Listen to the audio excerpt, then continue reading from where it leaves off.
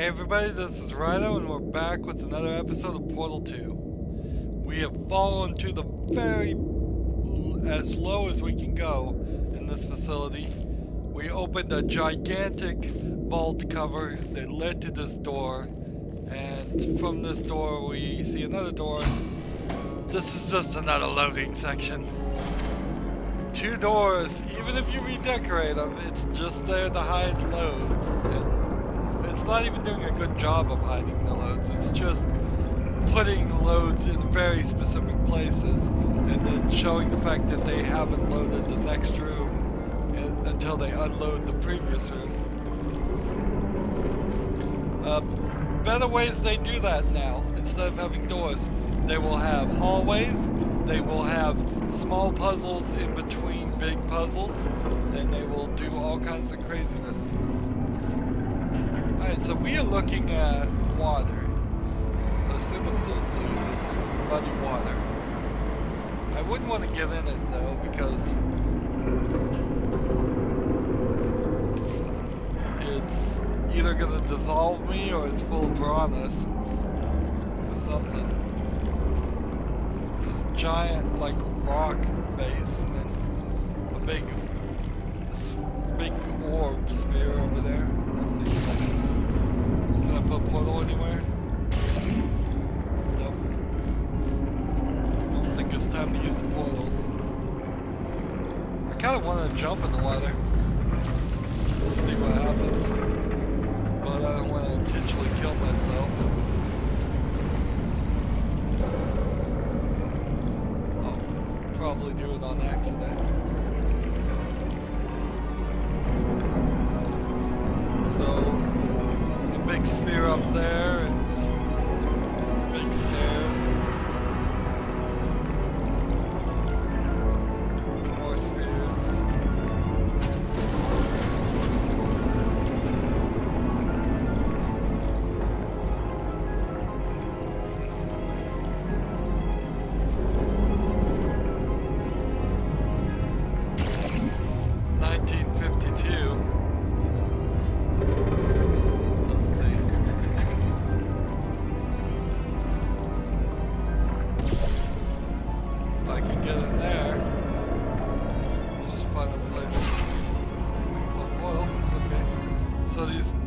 Areas now seem to be able to let us in.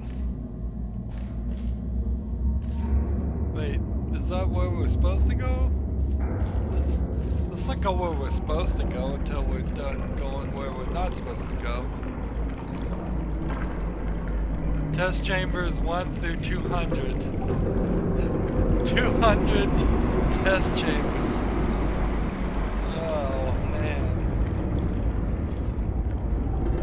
Contaminated area, keep out. Underground train to test shafts 0 through 8.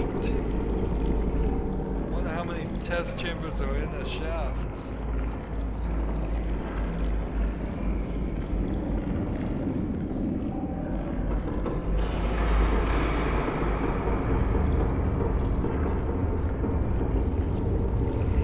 Pretty dark and spooky over here.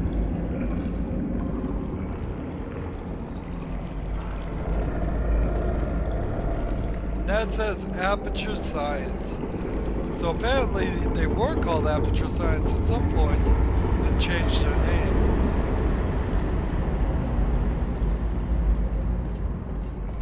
Let's see.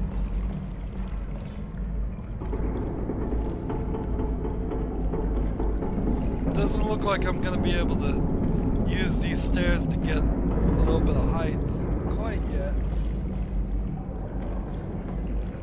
I guess we're going up. Unless we want to just dig our way to China, we've got to go up. Let's see. Breaker, main power, entranceways, automated doors, lobby, and testing lounge.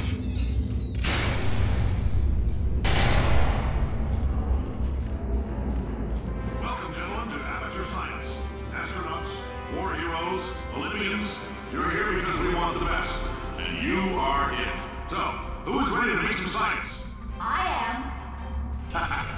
Now, you already met one another on the limo ride over, so let me introduce myself. I'm Cave Johnson. I own the place.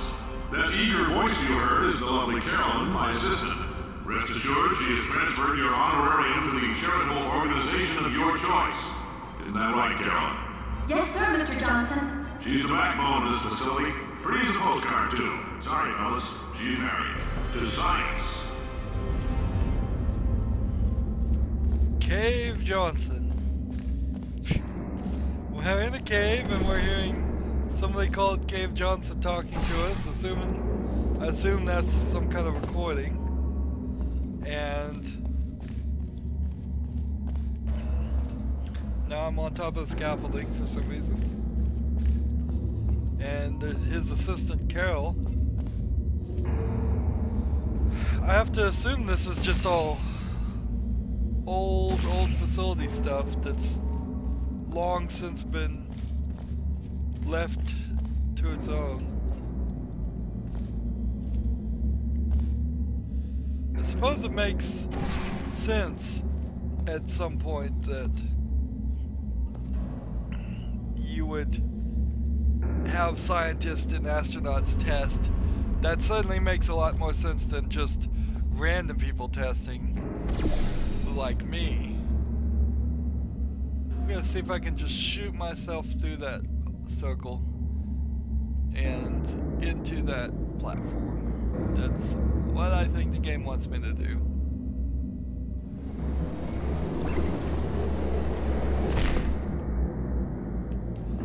That would have been a good time to maybe make a cutscene, you know?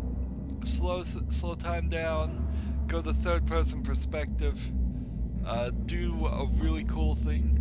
In some of the teasers and trailers, they see somebody using the portal and they're running around doing backflips and all kinds of stuff. When in the game, you're not really doing that. You're standing very rigidly and keeping your position and orientation pretty much the same and just getting flung around as almost if you were just a puppet on a string. So a cutscene right about there would have been cool if it was just a brief, not talking a really long cutscene, but I'm just saying like a 3 to 5 second that's the point where it decides to let me look cool. Cooler than the game can actually make me look. There's 1,000 tests performed every day here in our enrichment spheres. I can't personally oversee every one of them, so these pre-recorded messages will cover any questions you might have and respond to any incidents that may occur in the course of your science adventure. Your test assignment will vary depending on the manner in which you have bent the world to your will. Those of you helping us test the repulsion gel today, just follow the blue line on the floor. Those of you who volunteered to be injected with praying mantis DNA, I've got some good news and some bad news. Bad news is we're postponing those tests indefinitely. Good news is we've got a much better test for you. Fighting an army of mantis men. Pick up a rifle and follow the yellow line. You'll know when the test starts. Welcome test subjects. Please sign in with the receptionist before proceeding to the lounge. Aperture Science Institute. Aperture, by the way, if you don't know, is the part of a camera that blocks light and allows light into the film to expose it. So it doesn't really have anything to do with anything, but this is a weird typewriter. It doesn't have enough keys on it to be a typewriter. Though, at best, that could be like a Morse code teletype machine. And it looks pretty big and pretty weird looking in its shape. Maybe it's a typewriter and they just don't use half the letters. Oh, so we're in a lounge. This is pretty comfy. You just pull these out, you make a bed, and spend the rest of your life here.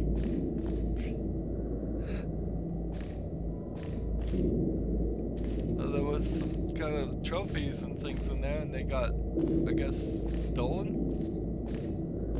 Cave Johnson. Who names their kid Cave?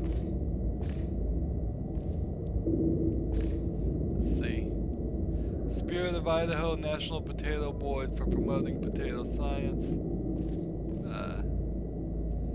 Cave Johnson, shower curtain salesman of 1943. Local entrepreneur buys salt mine. Shower curtain salesman. Department of Defense Contractor of the Year runner-up.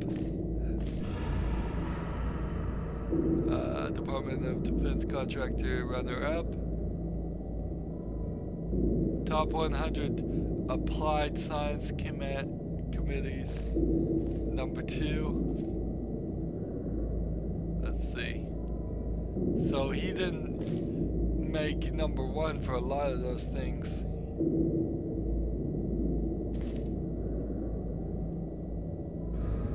Best new science company, Aperture Science.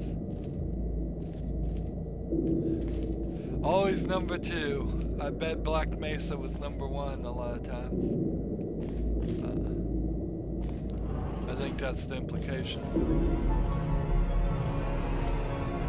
A little bit of a jolt here. I mean, that you would go through these automated doors and into a metal platform that's just gonna work your way up.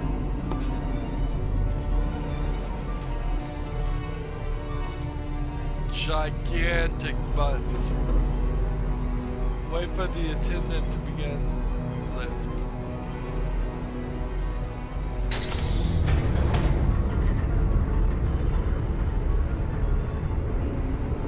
I assume this looked a lot nicer in its heyday.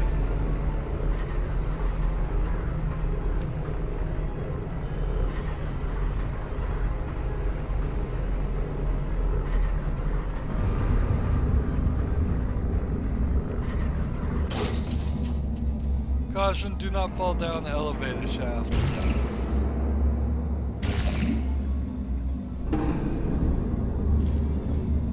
Well, that's good bit of information.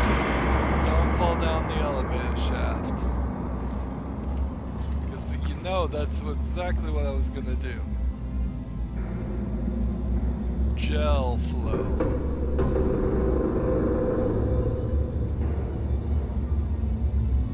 Zero, zero, zero.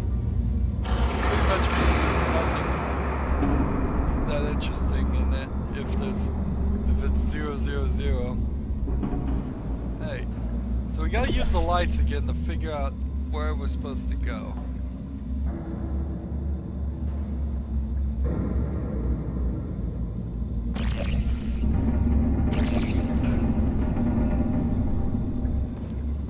We want to go here.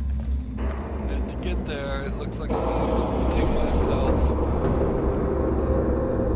from, like, here, and hope that lines up, but I don't think it will.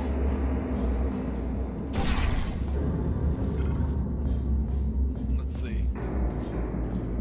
This is where the game wants us to go. Ah, here we go. One of these. Vitrified. Experiment discontinued. Vitrified. Just a heads up, we're going to have a superconductor turned up full blast and pointed at you for the duration of this next test. I'll be honest, we're throwing science at the wall here to see what sticks. No idea what it'll do. Probably nothing. Best case scenario, you might get some superpowers. Worst case, some tumors, which we'll cut out. So each one of these has a voice box. I can activate it and hear what was behind this wall door. If you need to go to the bathroom after this next series of tests, please let a test associate know, because in all likelihood, whatever comes out of you is going to be coal. Only temporary, so do not worry. If it persists for a week, though, start worrying and come see us, because that's not supposed to happen. If you've cut yourself at all in the course of these tests, you might have noticed that your blood is pure gasoline. That's normal. We've been shooting you with an invisible laser that's supposed to turn blood into gasoline, so all that means is it's working.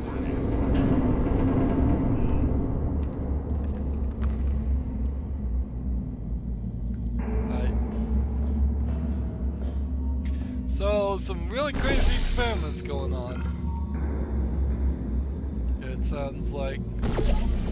I don't think Cave Johnson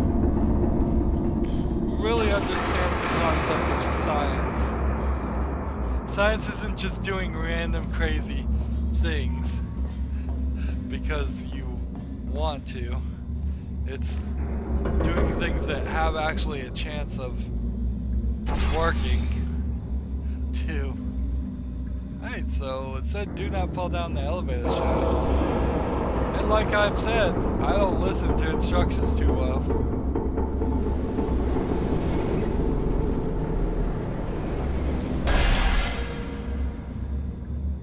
I would love if they had an engine that made that look cooler. Same thing like I was saying before. Little cutscene, 5 seconds long, to make it look really cool from the outset, from my perspective, what I just did. Because that was really cool, but from my perspective, it didn't look that cool. So we're going to Pump Station Alpha. Why? I don't know. We're just trying to escape. Trying to get back up somehow. Know your allergens.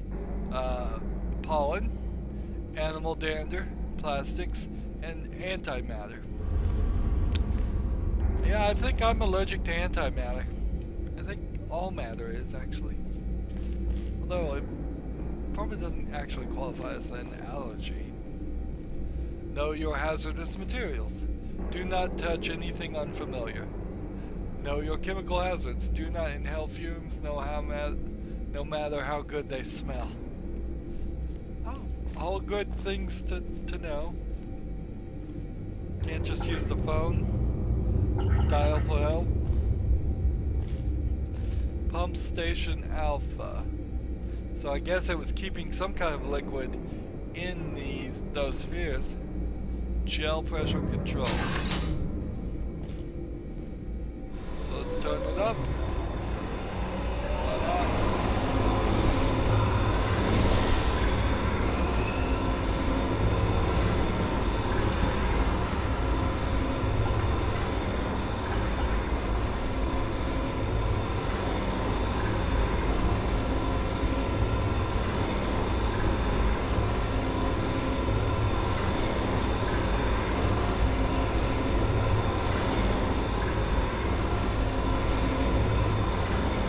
Where am I supposed to go now? Because there's like a doorway over there.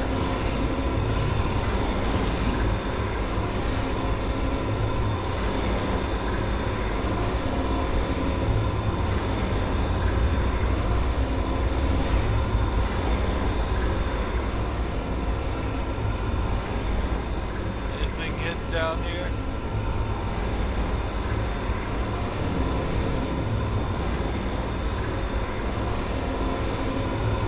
I'm not sure I'm gonna find any more Ratman dens or anything like that.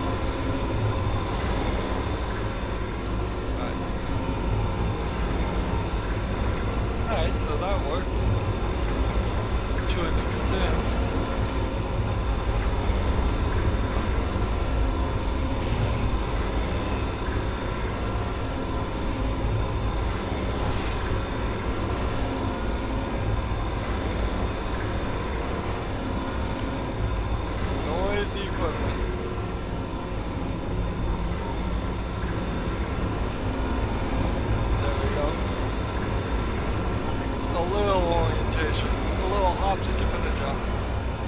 Safety first. Together we can make 1956 the lowest unexpected casualty unknown ever.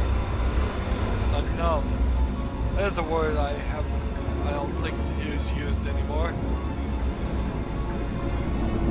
I assume it means year.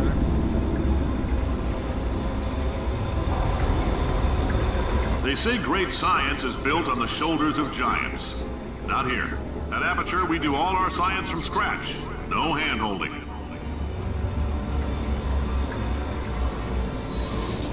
Look at this design for a Fizzler, but also notice it is a second generation Fizzler. Still, that doesn't make a lot of sense in the storyline, since this technology is obviously supposed to be very, very primitive, that maybe they invented the first generation, this generation first, and then the second generation after that, so that portals and lasers could go through it, and then for some reason in Portal 1 they just used the ones that allowed lasers, since there weren't any real lasers in them. You can explain it that way, but we all know the truth is they just created a second version that this was first more test important. involves something the lab boys call repulsion gel. You're not part of the control group, by the way. You get the gel. Last poor son of a gun got blue paint. All joking aside, that did happen. Broke every bone in his legs. Tragic, but informative. Or so I'm told. Yeah. So we know what really happened. In Portal 1 they made one fizzler, and then they invented lasers for Portal 2, and decided that for one puzzle that we've seen so far, they wanted to allow lasers to go through the fizzlers, and then as soon as they made that decision, puzzles in the future point shouldn't be allowed to allow lasers, so they came out with a second generation fizzler. Anyways, none of that really matters. We are done with this episode. We've made just a tiny bit of a progress, working our way through what seems to be a very, very old facility. Very, very old testing facility. Maybe some of the originals. Not the very first one, probably, but close to it. We are done. As always, I ask that you like, share, subscribe, comment if you want to, watch every second of my video. Put any questions you have in the comments, I will respond. If you want to follow me on Twitter, Google+, Steam, or Battle.net, all that information is down in the notes, down in the description. And we're done, so have a good evening.